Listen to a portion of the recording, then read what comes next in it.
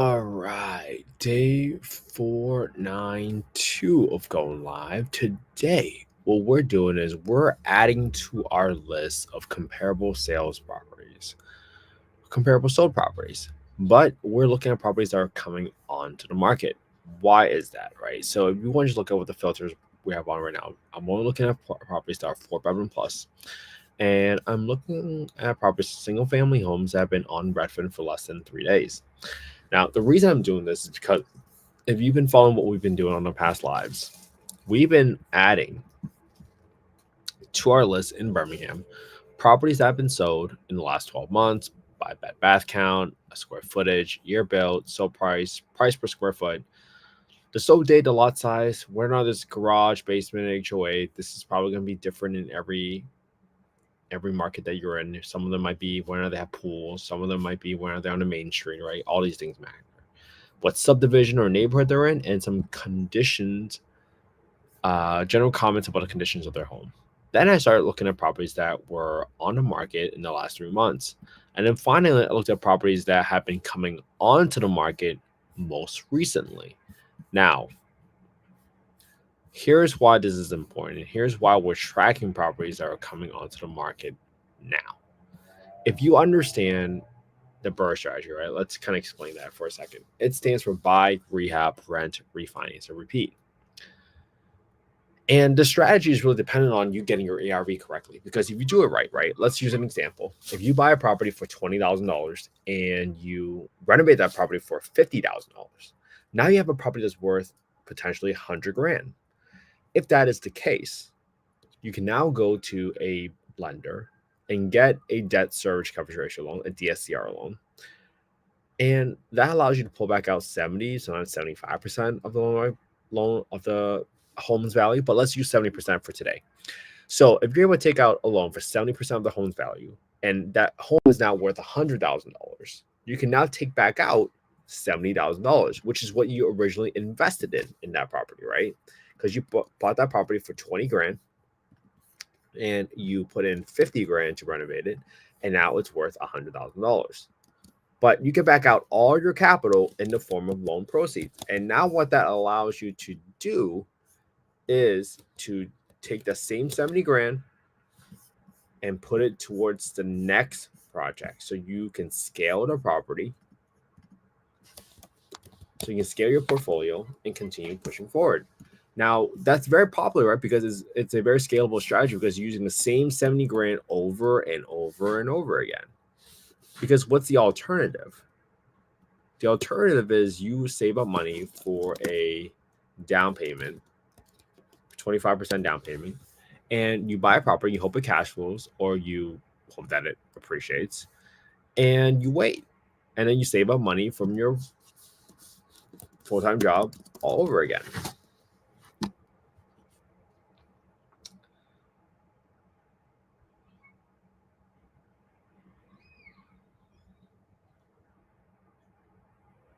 That's why it's such a slow strategy. I'm not saying you can't be successful doing that. I'm just simply saying it's typically a slower process. Okay, so there is a one car garage in this property. No. And let's see what neighborhood this property is in. So now I'm writing down all the details of this property, right? And that's because, again, I need to see if I'm looking for the BRRRR strategy, right? What is my ARV of my property going to be worth to a lender? So if I can look at the closest neighborhood, right? Next time I see another property closest to Arrowhead, I can say, hey, if I am buying another property in Arrowhead in the same zip code, right? And just remember, if you have not seen our latest podcast episode, definitely check out the one I did with Daisy Sebastian, where she talks about all the top markets in Alabama. This one right here with Daisy. And this is why I'm looking at Center Point. Right? It's a very high demand area, great for families, very quiet, a little bit outside of the hustle and bustle of the downtown crossing. So that's why I'm looking at Center Point. And next time I see a 3-bedroom property that I can potentially renovate and get it to look like the condition of this home, then now I can have a better gauge of what are these properties coming on the market for and what are they selling for. Because, let me just make some general comments about this property first. These are all above average, not super modern, but above average kitchen. Okay, above average kitchen and bathrooms, not super modern, some carpeting, but repairs new, no paint work needed. So now I have a general condition or idea what this home looked like. Okay, now that I got these properties, what are these properties selling for? So this property was listed in Arrowhead as well, but this property was listed for $116 per square foot. Did this property sell? Let's see. Oh, this property is contingent at $235. When was it contingent? Contingent on January 20th. Let's see. Lowered to $235 on Jan 7th. At $245K. Lowered to $235K on Jan 7/25. Contingent on 1/20/25. So now I'm going to be really interested, right, to see what this property closes for, because $116 per square foot, that's pretty high. Now this home is a little bit older, built in 1971, but square footage wise, it's within roughly 10%. Right, there's an extra half bath, but does that get you a $16 premium? Maybe. So the next time I see another property in Arrowhead, I might say, hey, in order for me to get the $116 per square foot, I might have to get 2.5 bathrooms, right? My lot size needs to be at least 0.35 acres, and this one's 0.41. That's perfect, right? So now that you get and understand, hey, how do these homes sell for? You now have a better gauge of, hey, what if I were to tell my contractor, hey, make my home look like this, because this is what's fetching $116 per square foot. Right? There's still some carpeting, there's still some ugly paint that you still need to probably retouch, but for the most part, this gives you a pretty good blueprint for what you need your home to look like should you want to achieve a similar price per square foot. Because if you don't get the value that you're looking for from your lender's appraiser, what are you going to put forward to challenge that appraisal so that you can get a higher appraisal, so that you can get as much capital out of the refinance as possible? Okay. So another thing you want to look at is, this is why we're looking at properties coming on the market. If you're following what's been happening to the 10-year treasury yield, right? The 30-year mortgage interest rates are heavily driven by the interest rate on the 10-year treasury. Now, you can see that right now we're probably at a 12-month high, almost touching 4.8 recently. But in September and October, you can see that the interest rates were about 3.6-ish, right? Almost a full point lower. So if you were to do a refinance today based on comps, you might find properties that were sold in September and October when interest rates were at their lowest. But if you were to go buy a new property today, when the interest rates are 4.6-ish for a 10-year yield, you might see that the prices that properties are closing for go a lot lower, because as interest rates go up, it drives down affordability because your payments go up. All right. Another thing the 10-year yield is driven by, the 30-year mortgage interest rates are driven by, is on top of the 10-year yield interest rate, it's also driven by the spread between the 10-year yield and the 30-year mortgage interest rates. Historically, that spread has been 1.5% to 2%, but it's gone as high as 3%. So all these factors matter. All right. So now that we got these details in, what we're going to do next is we're going to analyze. So now that I got these details written down, I can always refer back to it. But let's just analyze this deal as is, right? As if it was on the market for $179,000, and just show you how I go about looking through the numbers. Now, for my rehab estimate, I'm going to go right here, and I recently had the HVAC cage stolen. I don't see the HVAC cage, so I'm going to set aside $9 to install a cage for the HVAC to prevent it from getting stolen, because I just had that happen to me. I had 2 toilets that I'm going to replace with high pressure flush toilets so that I don't get any clogged toilet calls. Let's assume maybe I need to repaint 25% of this home. Equals 1830 divided by 4, that's 458. Okay. So now I got $1,500 for the roof.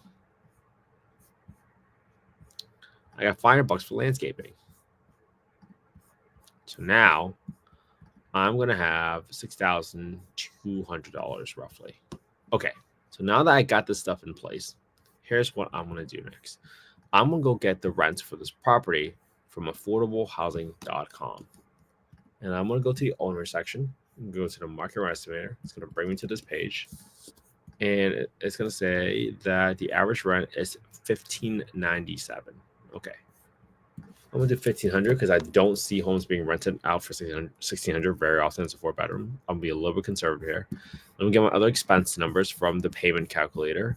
Obviously, you should double check with your county or assessor records before you close and get an insurance quote before you close so that you can finalize your numbers. But for the most part, $82 in taxes is right there. And then it says it's estimating 139. So I'm going to multiply that by 1.2. So I see that the monthly insurance estimate is roughly around $167. Right? I'm adding 20% premium because I'm assuming that $139 right there is for a primary residence property. And when you use it as an investment property, typically insurance companies view that as a riskier asset. So they're going to charge you more. So that's why I'm adding a 20% premium right here. All right. Next up, at 10% set aside for maintenance. I got 10% set aside for property management, 5% set aside for vacancy, right? Maintenance is not just maintenance expenses, but also money you're putting aside every single month because you know that at some point that roof is going to get replaced. You know that at some point that HVAC is going to get replaced. Same thing with your water heater. So that money doesn't belong to you. So don't be that person and not set aside money for this. All right. Because you should never believe anyone that's, oh, it's a turnkey property, there's going to be no maintenance. Not true. If you're a long-term buy and hold investor, you know at some point you're going to need this. All right. So go ahead and note that because I just got a bill for a $15,000 replacement bill for my roof at another property in Scottsdale, right?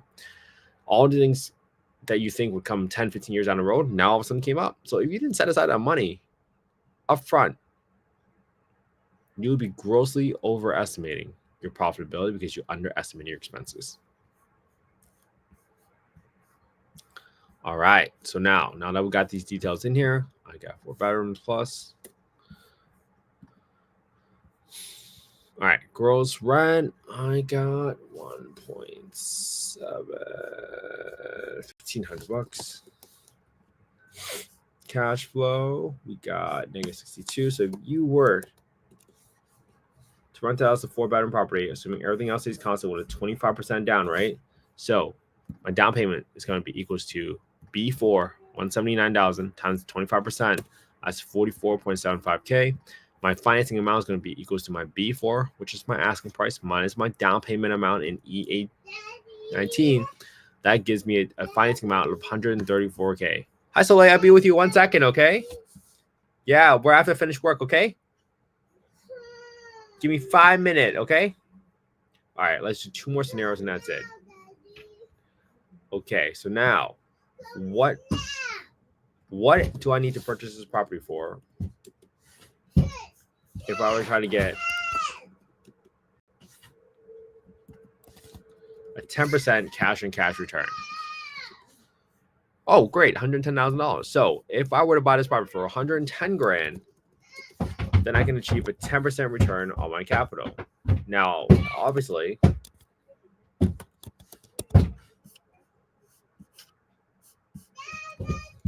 $6,200 rehab, 25% down, 7.5% interest rate. So that's what happens, right? I'm not saying 10% is a magical number, but what are you going to do to stay emotionally uninvested and stay objective to your numbers? Because this is not investment advice. I'm not soliciting any investments on the call. Some people don't care about cash flow. Some people say, hey, if I buy $1 million home in Southern California and it appreciates 5% every single year, that's $50,000.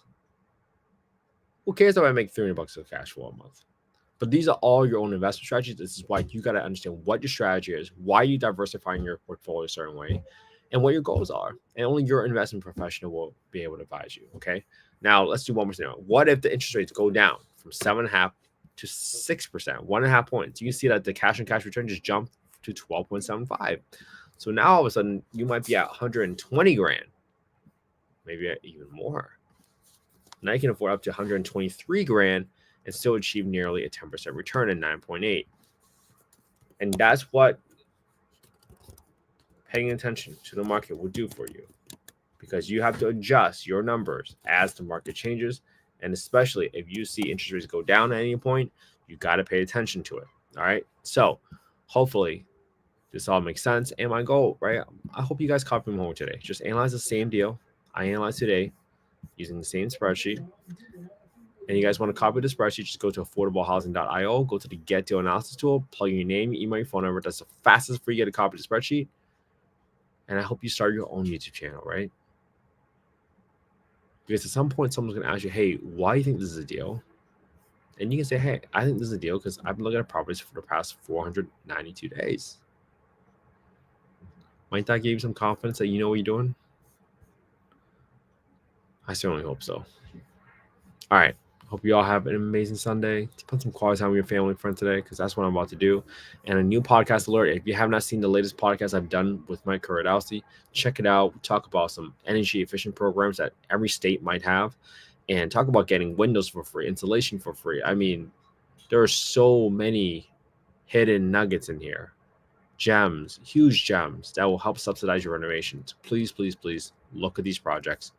And I will see you tomorrow for day 493.